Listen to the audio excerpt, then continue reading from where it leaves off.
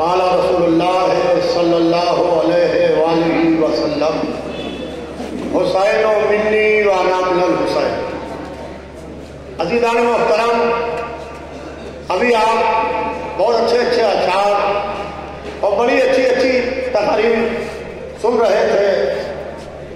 حضور سرور کائنات کی بڑی مشہور و معروف حدیث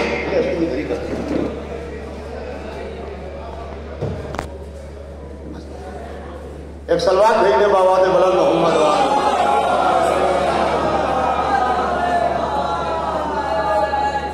بڑی مشہور و معروف حدیث جو ہماری قوم کا بچہ بچہ جانتا ہے کہ حسین و منی وانا من الحسین۔ حدیث کے دو جز ہیں، پہلا جز ہے حسین و منی، حسین مجھ سے ہے، دوسرا جز ہے وانا من الحسین، اور میں حسین سے ہوں۔ یا رسول اللہ، پہلا جز تو ہماری سمجھ میں آتا ہے کہ حسین و منی، آپ نانا ہیں، حسین نواسے ہیں، ہر نواسا اپنے نانا سے ہوتا ہے، مگر یہ کیا فرما رہے ہیں کہ وانا من الحسین، اور میں حسین سے ہوں۔ کیا کوئی نانا نواسے سے آج تک ہوا ہے؟ کیا کوئی نانا آج تک کسی نواسے سے ہوا ہے جو آپ یہ فرما رہے ہیں وانا من الحسین؟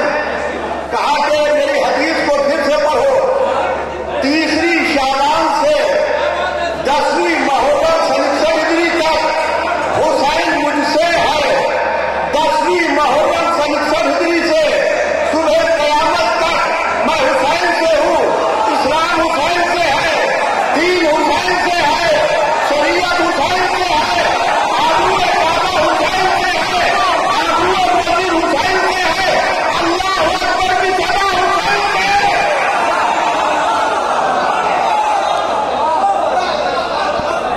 حسین منی وانا من الحسین۔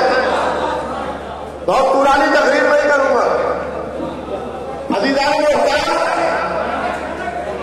عالم یہ ہے کہ جب امام حسین علیہ السلام کی بیٹا کیلنڈر بعد میں بات دینا، کیلنڈر بعد میں بات دینا، بیٹا اس کو رکھ دو، کیلنڈر کو رکھ لیجیے، بعد میں بات دیجیے گا۔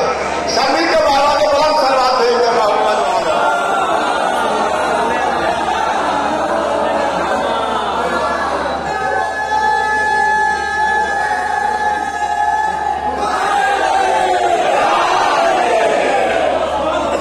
جب امام حسین علیہ السلام کی ولادت ہوتی ہے تو اللہ آسمان کے ملائکہ کو حکم دیتا ہے کہ جاؤ، محمد کے یہاں نواسا پیدا ہوا ہے، جا کے اس کی مبارکباد دو۔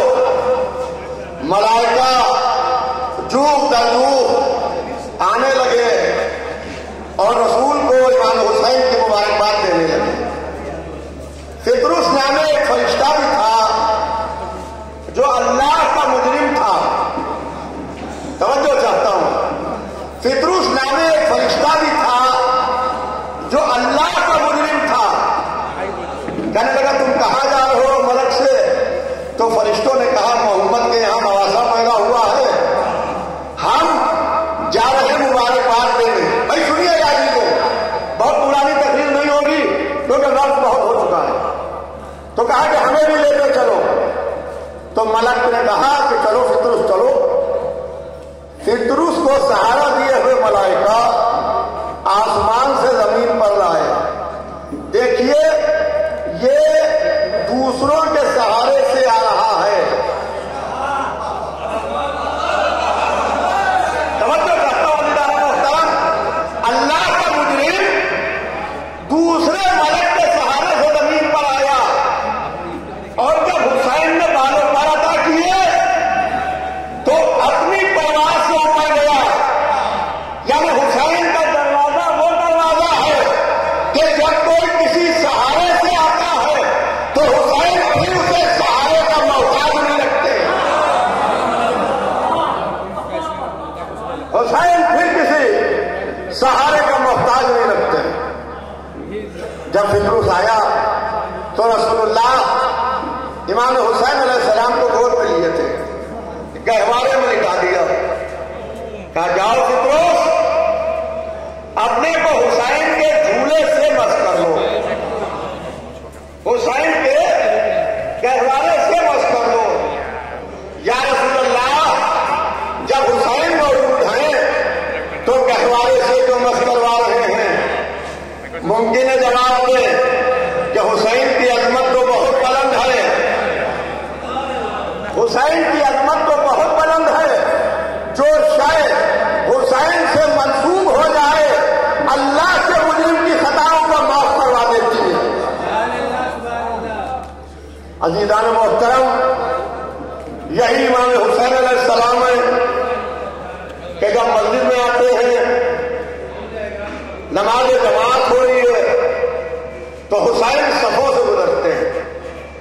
پہلی صف سے گزرے، دوسری صف سے گزرے، تیسری صف سے گزرے.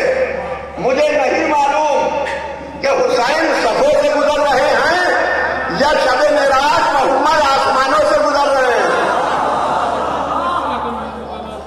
وہ رسول کی معراج تھی کہ آسمانوں سے گزرتے ہوئے منزل کعبہ حسین تک چلے گئے. یہ حسین کی معراج تھی کہ صفوں سے گزرتے ہوئے اس کے محمد تک آ گئے، اس کے محمد تک آ گئے. خالی آئے نہیں بلکہ پشت پر آ کے بیٹھ گئے. اب وہ بیٹھے تو اللہ نے آسمان سے جبرائیل کو بھیجا. اے جبرائیل جاؤ، جا کے محمد سے بات ان کو سلام کے یہ کہنا کہ اس وقت تک کے سجدے سے سر نہ اٹھائیں جب تک کہ میرا حسین اپنی مرضی سے نہ اتر آئے. مسجد میں منظر قابل دید تھا. جماعت رسول کی دعوت بنی بیٹھی تھی. رسول مشیت کے منتظر، مشیت حسین کے منتظر، مشیت حسین کے منتظر. اور پیچھے نماز ہو رہی تھی. جو پیچھے نمازی تھے انہوں نے دیکھا کہ آج رسول اللہ سجدے سے سر نہیں اٹھا رہے ہیں تو انہوں نے سجدے سے سر اٹھایا. اب جو پشت پر حسین کو بیٹھے ہوئے دیکھا تو گھبرا کے پھر سجدے میں سر رکھ دیا. میں ہاتھ جوڑ کے ان نمازیوں سے اتنا پوچھنا چاہتا ہوں کہ یہ بتاؤ دوسرا سجدہ خدا کو کیا یا حسین کو کیا؟ عزیزان محترم، ابھی ایک مقرر اپنی تقریر میں بڑی پیاری بات کہہ رہے ہیں کہ امام حسین علیہ السلام نے مدینے میں جنگ نہیں کی. بس میں اپنی تقریر کو تمام کرتے ہوئے کہ امام حسین اسلام کو بچانے آئے تھے، اسلام کو بچانے نکلے تھے مدینے سے. اگر کوئی مریض ہوتا ہے تو ہاسپٹل کے وارڈ میں آپریشن نہیں ہوتا، گھر میں آپریشن نہیں ہوتا، مسجد یا ایمانداروں میں آپریشن نہیں ہوتا. اسپتال کے کسی حصے میں آپریشن نہیں ہوتا. کہاں ایک روم ہوتا ہے جسے اوٹی کہتے ہیں، آپریشن تھیٹر، جراثیم سے پاک، تاکہ جب وہاں آپریشن ہو تو مریض کی جان خطرے میں نہ پڑے بلکہ مریض بچ جائے. حسین دیکھ رہے تھے کہ یزیدیت کا سیلاب بڑھ رہا ہے، اسلام کو بچانا ہے. مدینے میں جنگ نہیں ہوگی، مکے میں جنگ نہیں ہوگی، حج کو عمرے سے بدلا جائے گا، جنگ نہیں ہوگی. راستے میں دشمن حسین کو روکنے کی کوشش کریں گے مگر